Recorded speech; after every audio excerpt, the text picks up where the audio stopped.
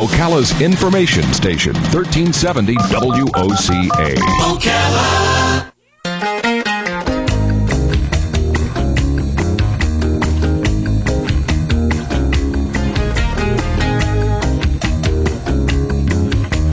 All right, 5 minutes after 11 o'clock. Thank you for tuning in. I know that there's a storm out there, and I know that you know there's a storm out there. It is Tropical Storm Andrea, and we do have an update for you, and I'll do that in about 25 minutes. Real briefly, though, I'll tell you this, that there's a flood watch in effect all the way through tomorrow evening. The tropical storm warning right now, probably lasting for a while. The bulk of the storm is making its way on shore. The eye of the storm, I should say. The bulk of the storm is really right here, right now, I would say. The wind, however, is expected to pick up as we get deeper into the afternoon. And just be careful. Make sure you're in a safe place and you've got batteries for your flashlights and for your radios, etc., and we'll give you an update in about 25 minutes. Right now, let's talk to Dr. Jayanth G. Rao. He's on the phone. He's a board-certified radiation oncologist. He's been educating us each week, the last few weeks, on cancer and the things that we can do to protect and prevent ourselves. He is the medical director of the Florida Regional Cancer Centers, and is responsible for a lot of the state-of-the-art stuff that benefit all of us, like the 3D treatment planning, the IMRT, and the stereotactic radiosurgery procedures, all of which everything I just said is all over my head. I have no idea. All I know is it helps us get well, and the doctor is the one to answer the questions you might have. So the phone line is open. If you have a question for Dr. Rao, please don't hesitate to call. The number is the WOCA Climate Control Source Hotline, 622-9622. Long intro. I apologize, Doctor. Good morning. Good morning. Thank you for being on with us today. It's my pleasure. Thank you. I noticed in my notes that part of what we want to talk about is skin cancer, and I had skin cancer on my nose. I was lucky though. I had the kind they say is the best kind. The basil. The basil. And I thought that was a spice of some sort. And here's what happened for me. I was one of those that saw it. I thought it looked like a wart. I thought it was cancer, but I didn't want to believe it was, so I never went to any doctor. And then my brother scared me. He said, I had that. You better get that taken off. It could grow under your skin, and you might lose part of your face. I said, you got to be kidding. So that scaring me is what got me into the doctor. And fortunately for me, that did not happen. Doctor, did we lose you? No, I'm still here. Okay. Well, when somebody tells you that they have a skin cancer, we'll start there.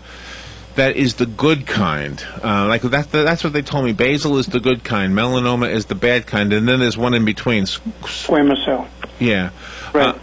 Well, you're absolutely right. Is that Larry? Yes, it is Larry. Yes. You're absolutely right, yes. Larry. There are three major types of skin cancer. There's the basal cell cancer, there's the squamous cell cancer, and the melanomas are the worst kind.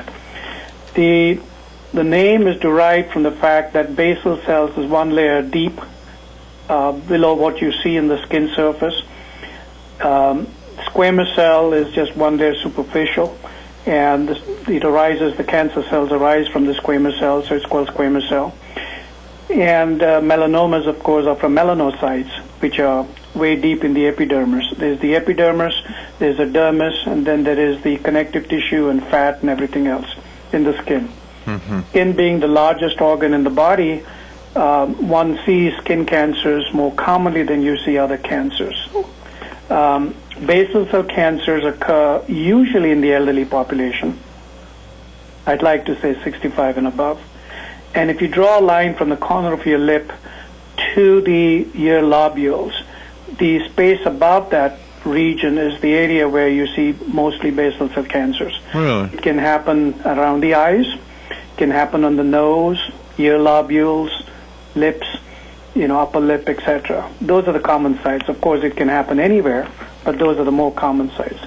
The difference is basal cell cancers cause local destruction.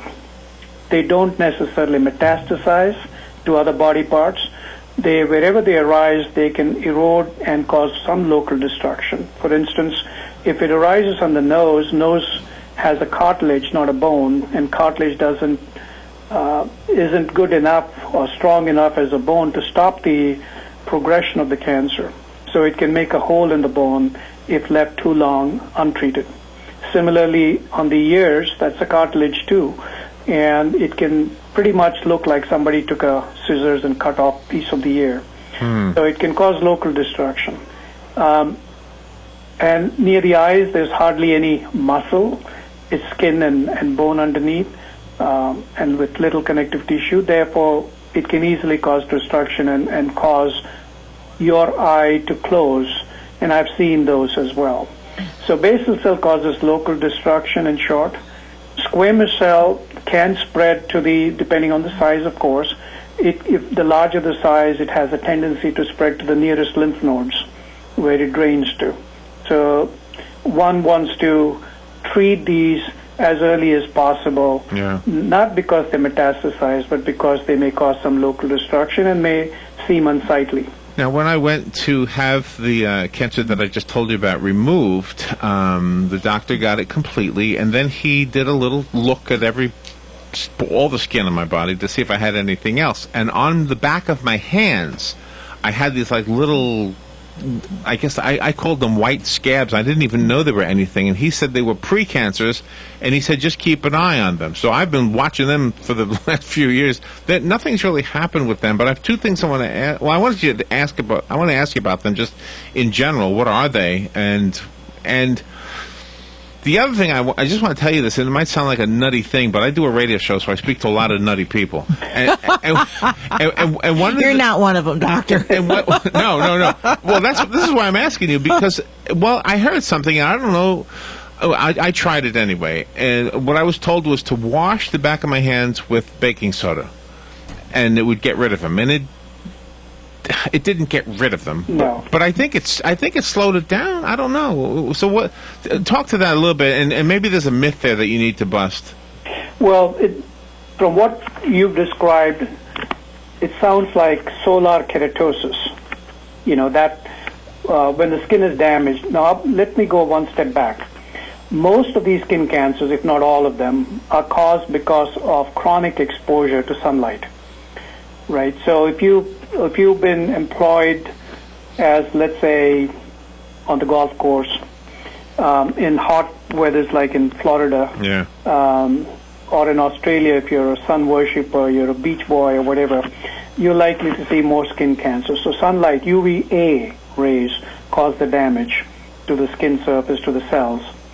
So therefore, and I've seen that in sailors, I've seen that in fishermen who are out in the sun for long periods of time, people who work on the golf courses for long periods of time. In other words, people who are exposed a lot to sunlight.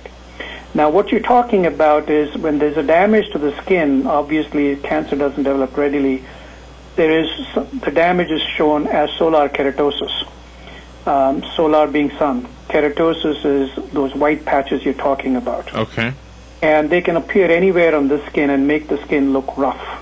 Right. And those solar keratosis, they predispose you to the formation of either basal cell or squamous cell cancer down the road.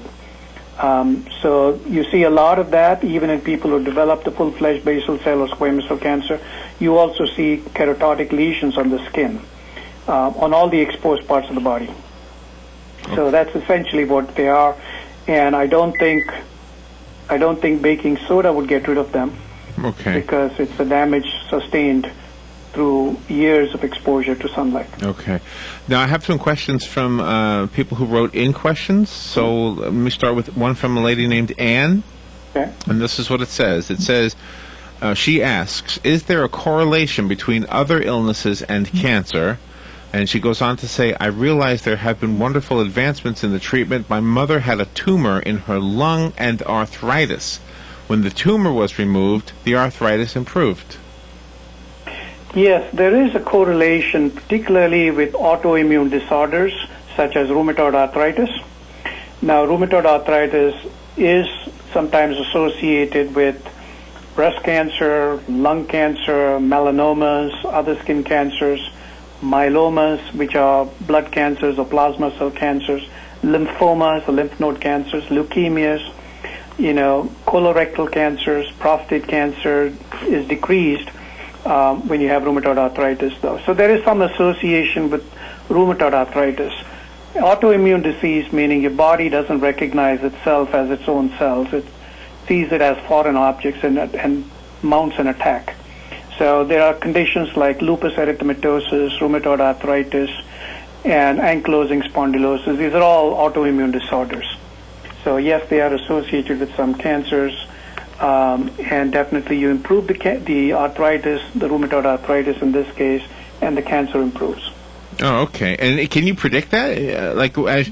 If you know the complete medical situation of a patient, can you say, by the way, when we're done with this procedure, the arthritis might get better, or is that kind of hard to call? Well, the arthritis is the first one. We're talking about the rheumatoid arthritis here. Other arthritis are not necessarily associated. Any autoimmune disorder may be associated with cancers. So to improve the arthritis, you can cure it. You can control it for long periods of time. If you control it, the cancer regresses to some degree. The other question is from a listener named Frank, and his question is, cancer seems to be more prevalent in some families, just like heart problems are in others. Would you say that's correct? And is there anything a person can do to reduce their chances of getting cancer? Well, we're all ears with that one. Oh, yeah. Yeah, they do occur in families, and I have seen prostate cancers in 4 generations. At least one member has been affected. Similarly with breast cancer. Certain cancers do occur in families more readily than in the general population.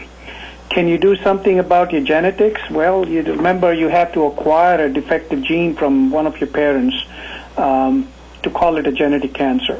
Most cancers, I tell you genetic cancers, and there are several of them, but normally patients, only about 13 or 14% of the patients give a history that a member of the family has cancer. The vast majority, however, of the cancers are developed sporadically, meaning due to environmental causes, due to things we do or due to the environment. See, cancer is a multifactorial disease, meaning it's not just one agent that causes it. Multiple things have to go wrong before a cancer develops. Genetics is one of them. There's what is called oncogenes, which are normal cells, which have become abnormal because they've been stimulated by bacteria, viruses, UV rays, foods we eat, and things like that. So they go down a wrong path. And then there is tumor suppressor genes, which we all have on our cells, and which again goes wrong. And there are cancers associated with these particular genes. So it's not just one cause for cancer to develop. Any of these can go wrong, and there has to be 2 or more things that need to go wrong before a cancer develops. Let me just reintroduce you, Doctor, and then we'll go to the phone. Dr. Jayanth G. Rao is on the phone, and we are talking about cancer, and your phone call questions are invited. The number is the WOCA Climate Control Source Hotline, 622-9622, and let's go to the phone. Good morning. You're on the air with Dr. Rao. Yes, good morning, doctor. Good morning, sir. If you have a very strong family background of, let's say, prostate cancer, your father, your grandfather, his father, so on and so forth, and you're a young man, let's say, getting in close to in his 40s, is there anything that you could do without having actual prostate cancer now, but like maybe have some kind of radiation treatment or some kind of a treatment to kind of protect yourself from getting it eventually, if it's a strong hereditary factor? Let me address the first part of your question.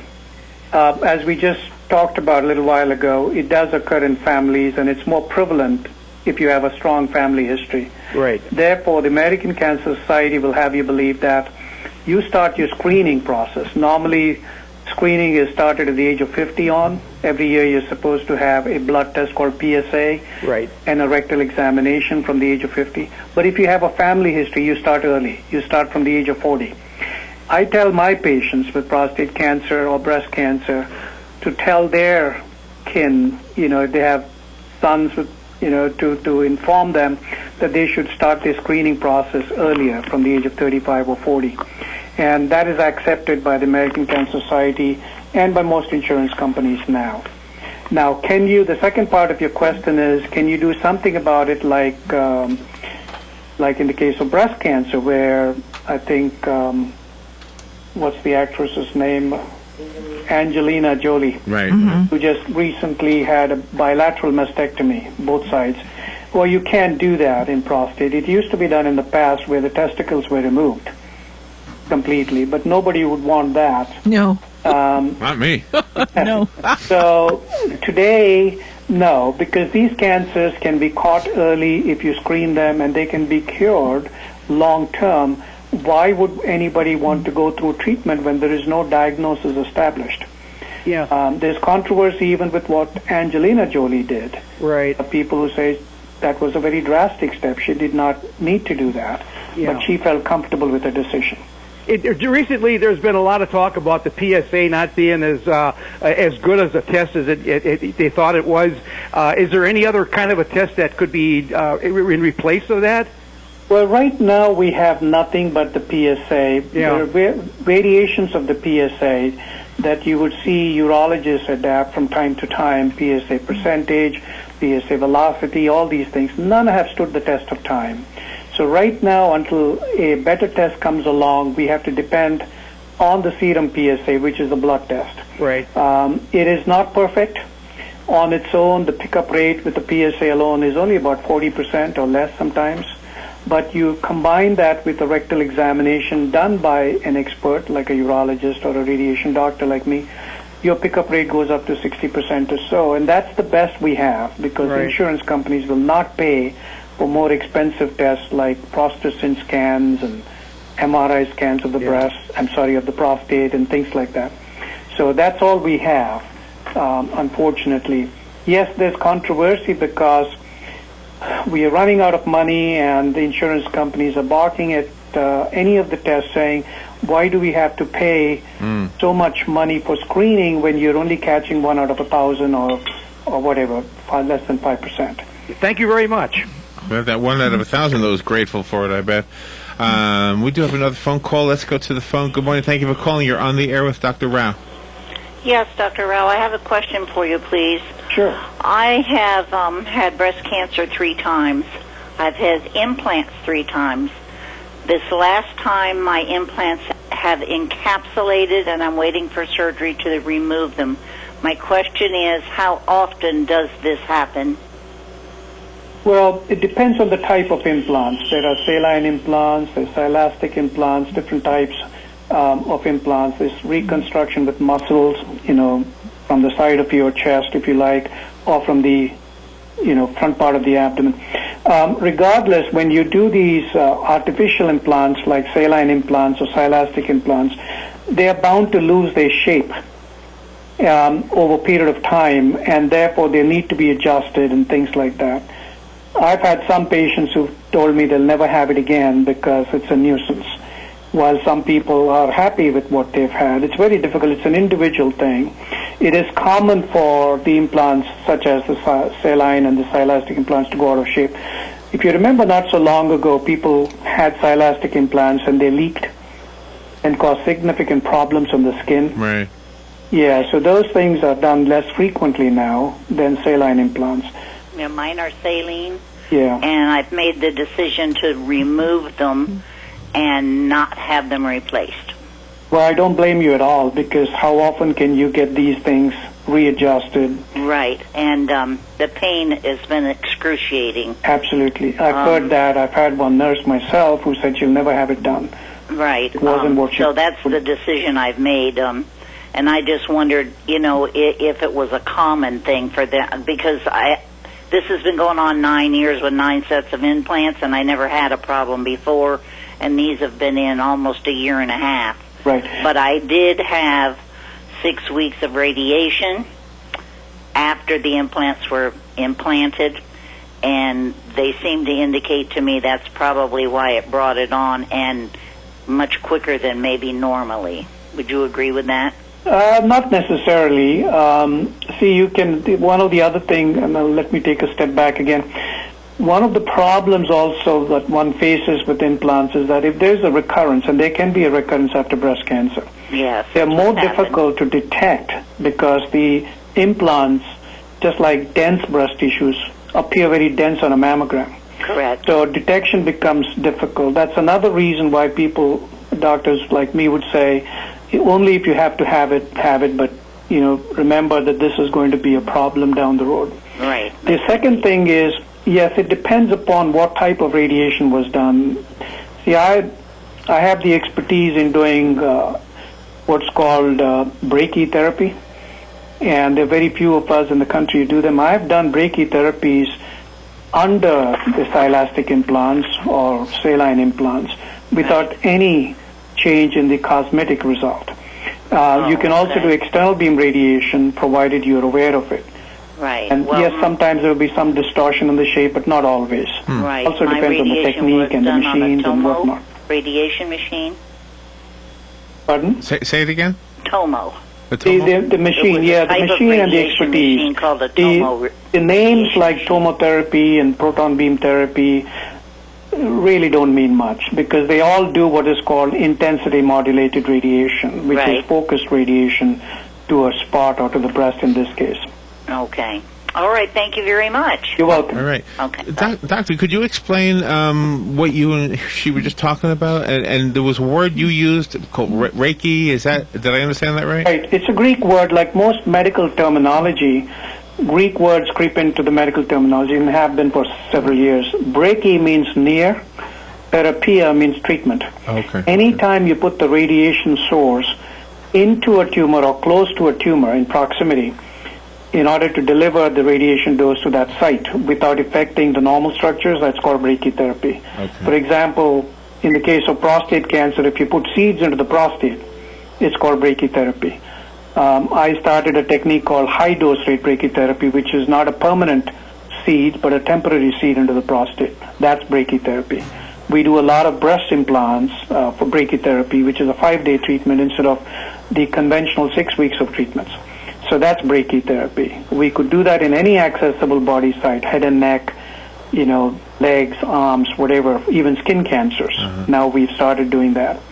So brachytherapy the idea is to be conformal, to try and give the radiation dose to a confined space and not affect any normal structure surrounding it. Let's go back to the phone. Dr. Jayant G. Rao is your host today, and he's answering questions about cancer. He's a board-certified radiation oncologist, and his credentials are way long, so rather than take the time, just let me tell you, he's here in Ocala, and also he has an office in Beverly Hills, and if you need his phone number, we'll give that at the end of this interview. Good morning. Thank you for waiting. You're on the air with Dr. Rao. Hi, Dr. Rao. Thank you so much for all your wonderful information. Did I used to hear you on a radio station in New York? No, there's another Dr. Rao who did the program. It's a common name like the Smiths and the Joneses, I guess. I thought I used to hear you on WBAI, but question, what is your recommendation for men taking zinc for the prostate from any time like age 35 on? I'll hang up and listen, but thank you so much. All right. Welcome. Well, there are lots of these. Zinc is one of them. Selenium is the second one. There are several other things that are put into a capsule form nowadays and sold in the market, essentially to reduce the size of the prostate. You see what happens from the age of 45, 50 on in men, the prostate can enlarge. It's called benign enlargement of the prostate. It can be lopsided enlargement or it could be a uniform enlargement. Regardless, because the enlargement is occurring in a muscle tissue around the urethra, the tube that carries the urine, it can squeeze the urine and cause disturbance in urination, frequency, urgency of urination, and all that. So all these medications that we're talking about is in effect to try and reduce the size of the prostate so that the urine stream is stronger. It is not used for cancer. It is used mainly for benign enlargement. Oh, okay. But you feel it works, huh? I think it works in the right combination if you get the right mix. What is sold in the open market, I hate to say this, in Walmart or whatever, we don't know where it's made. If you get your product from a reputable company, then of course it does work. It definitely, for example, people who would wake up 4 times or 5 times at night to go to the bathroom may end up going once. So So that's an improvement where the sleep is not disturbed. So it definitely works if you get the right product. And real quickly, before we run out of time, Michael Douglas, the actor, was in the news this week because he was saying that he had oral cancer, and he believed he got oral cancer from oral sex. And It's a myth. That's a myth. Yes, absolutely. Okay. Unless I don't know what he did, but Yeah, that's true. Okay. Did you see that story, by the way? I briefly read about it, Okay, and I all right. couldn't stop laughing because it's a common thing. Oral sex should be pretty benign, pretty safe. Okay. But I don't know what he did, and Well, I think it's a myth. Okay. Yeah. Not that it matters to me. I just wanted. All right. Before the phone is ringing, do you want to take another one, or do you have to run? Sure, no. You do. You can take another one. Okay. Good morning. Thank you for calling. You're on the air with Dr. Rao. Yes, hi, Doctor. Just calling back regarding that issue. I understand, based on what I've seen and heard in the field, it's the same organism which leads to women having positive pap smears for the precancerous and then turning into. It escapes my mind right now what it is, what that. The that thing, papillo something virus? A virus, yes. Yes, thank you. The human HPV, papilloma virus. Yeah. Human papilloma virus. Yes, and I thought they had found that is directly related, and that is why they're seeing more oral cancer even in young people. So, but anyway, I just wanted to bring that up. Thank you. All right, there. Well, there's two types of herpes virus. There's a herpes simplex, and there's a human papilloma herpes virus. The ones we're talking about that cause cervical cancer in young girls, and we're seeing often because of promiscuity, if you like, multiple sexual partners, you're seeing that in 18-year-olds, 20-year-olds, which we never used to see before.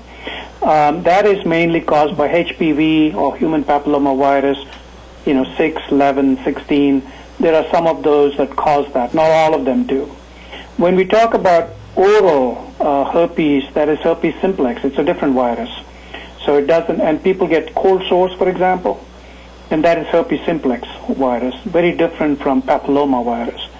So two different things. Now, oral cancer is mostly caused by, smoking with the lighted end of the cigarette inside the mouth, as it happens in some parts of the world, like in northern India, to keep themselves warm.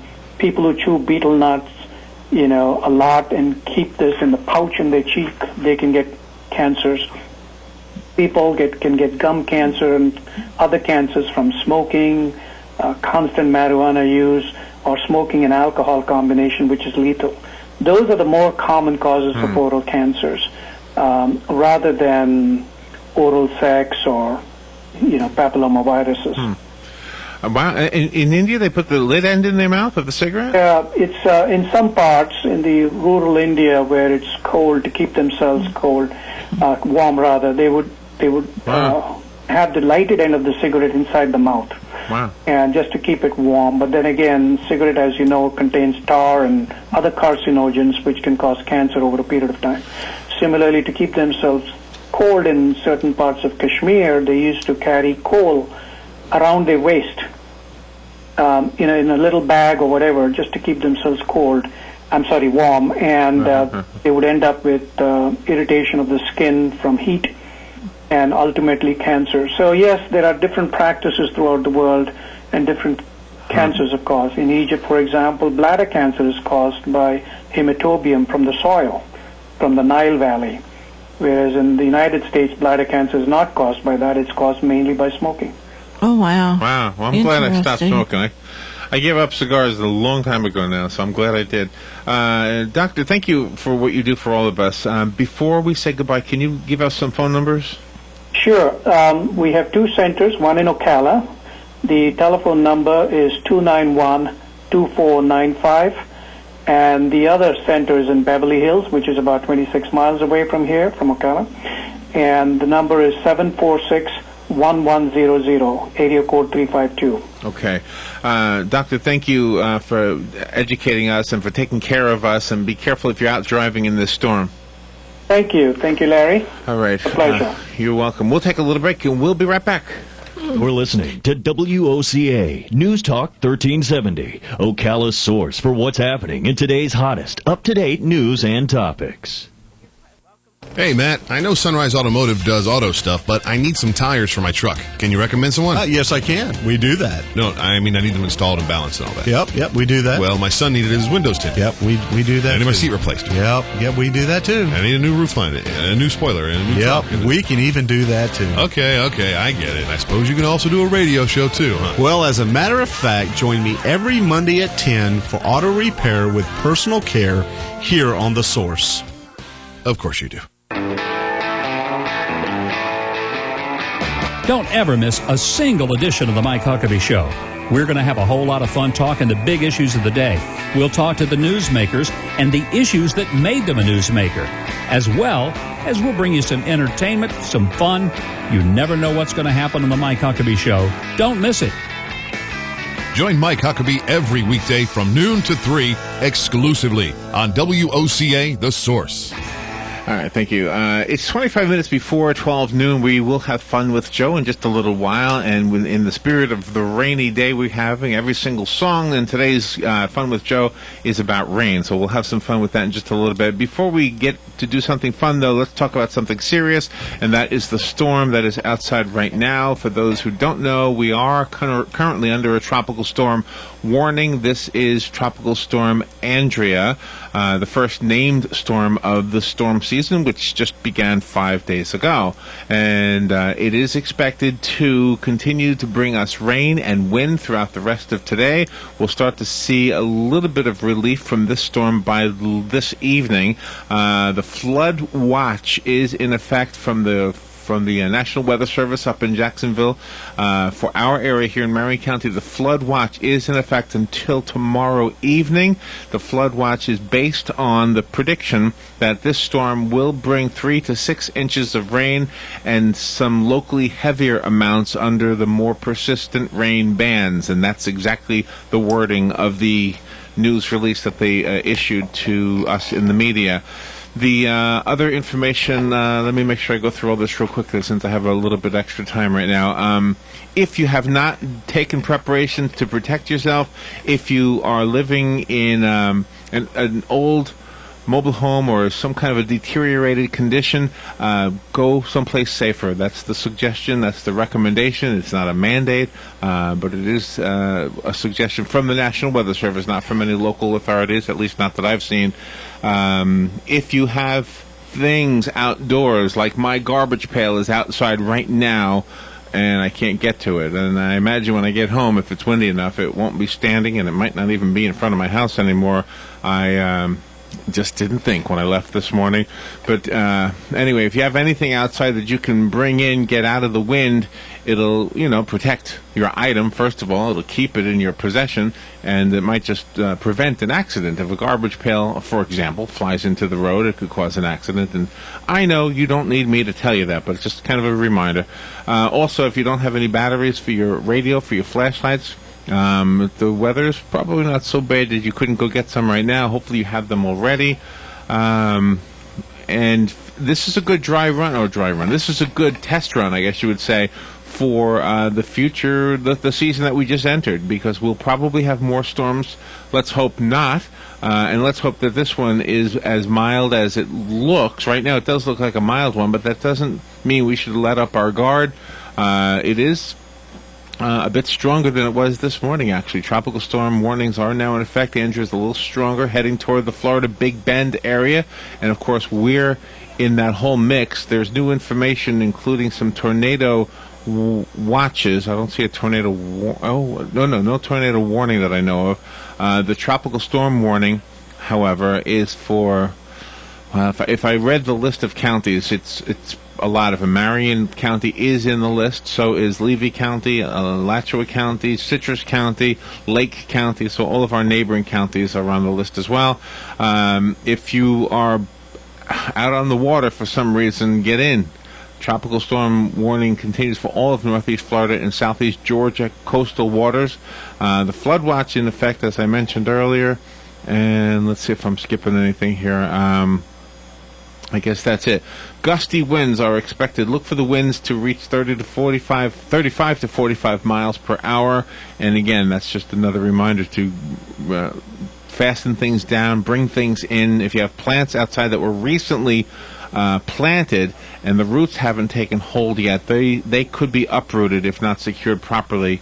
Power outages are also possible, so just be aware of that. If you have a generator but you don't have fuel for it, this is a good time to go get some fuel for that generator if it's not too late. And again, this is a test run. It could be.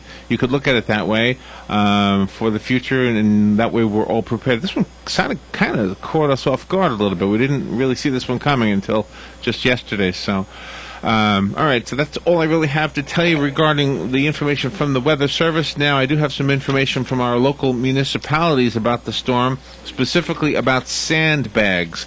So let me read you the information about the sandbags. They are available. City of Ocala residents may receive 10 sandbags per resident. And let me tell you where you can get them. They started giving them out this morning, it looks like, at 8:30, and they'll be giving them out until 6:30 at Tuscaloosa Park, at Martin Luther King Jr. at the Recreation Complex, and Jervy Gant. Now, Jervy Gant is huge, so you need to know where in Jervy Gant. It's in the south parking lot. You will have access from the southeast 24th Street area. Tuscaloosa is kind of large, too. Let's see, that's the northeast 9th Street, and the Martin Luther King Jr. Recreation Complex across... let's see, the south parking lot there, access from West State Road 40. Now, those are the three locations in Ocala. If you live in Dunellen, the sandbags are being provided over at... So, okay, sandbags are available, but sand is not. Well, it's a sand... What does that mean, Robin? Does that mean you got to put sand in your own bag? Okay, I don't know what that means. Yes. They have run out of sand, but they have all of the sandbags in Dunellen. Marion County Emergency Management provides them with sand and sandbags.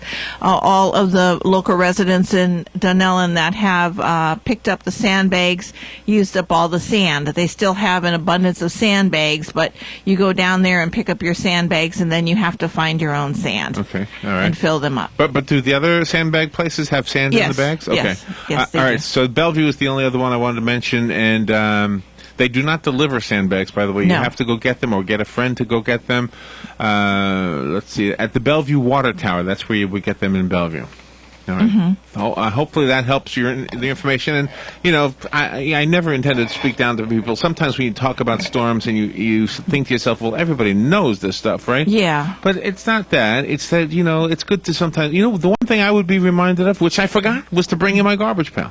Yeah. So if I was listening to the radio and I said, come on, I know everything I need to do, and then I heard the guy say something about garbage pails, I would have said, oh, man, I forgot my garbage pail. So it's just us talking. All right, we're going to take a little break. Fun with Joe is next. We got songs about rain. Every single song is about rain. How about that? We'll be right back. ABC News Now. I'm Karen Chase. White House officials aren't confirming reports that the National Security Agency has been collecting phone records of millions of Verizon customers, but they are defending the government's right to collect data, saying it's necessary to prevent terrorism. A day after refusing a government request to recall its Grand Cherokees and Liberties, Chrysler is recalling 3 other Jeep models, the Compass, Patriot, and Wrangler, for possible airbag and fuel leak issues made between 2010 and 2013. Family members say Paris Jackson is physically okay after an apparent suicide attempt involving an overdose and a knife, but they're also asking for privacy, saying it's difficult for anyone to be a sensitive 15-year-old girl. Tropical storm Andrea is beginning its descent into the Gulf Coast of Florida. A suspected tornado did some damage in Palm Beach County. Captions are generating controversy over a high school yearbook in upstate New York. Photo labels include such made-up nicknames as Creepy Smile Kid, Isolation Kid, and Someone. The superintendent says it was an honest mistake. This is ABC News. I need to control internet usage in my office. Do you want to pay a fee for every user? No. Do you want to pay extra to protect remote users? No. How about a product that's difficult to install and use? No. Offshore or automated phone tree support okay? No. Then yes, we can help. The Barracuda Web Filter. Content filtering, application control, and malware protection with no per-user fees. Available as a hardware appliance, virtual appliance, or as a cloud service. And live humans to answer your calls. Try Barracuda Web Filter free. Go to barracuda.com/yes. Mom, I had the best dream. Well, good morning to you, too. Okay, so I was a knight. I had a sword, and our house was a castle. There was this angry dragon. It was kind of scary. Oh, yeah? But I protected the castle. Oh, that's my brave little man. I'm glad our castle is safe. Your home is your castle, and sometimes you need help defending it. The National Association of Realtors supports maintaining homeowner tax incentives because they make home ownership more affordable for more families. Learn more at houselogic.com. Habitat for Humanity of Marion County is a ministry dedicated to improving lives by providing affordable and decent housing. Help them help others by visiting the Habitat for Humanity Ocala home store on Northwest 27th Avenue. To schedule a donation, give them a call and they'll come and pick it up. For more information, visit habitatocala.org. Habitat for Humanity of Marion County, building homes, building hope, building community. Ooh, it's cold in here. Ooh, it's hot in here. It's just right in this house. Looks like 1 out of 3 know about climate control mechanical services in Ocala. The first didn't call 291-0185. The second didn't know to call 291-0185. The third called 291-0185. So the moral of the story? To know is one thing, but to know and take action is another. Climate control mechanical services. Just right. Phoenix Promotional Solutions, your company supplier of banners, digital decals, yard signs, and magnetic signs. Where you give them approved artwork by noon, the next day by 4 p.m., you pick up your banners, digital decals, yard signs, and magnetic signs. Phoenix Promotional Solutions, 368-2404. That's 368-2404. Don't forget, they do vehicle wraps also. Phoenix Promotional Solutions, 368-2404.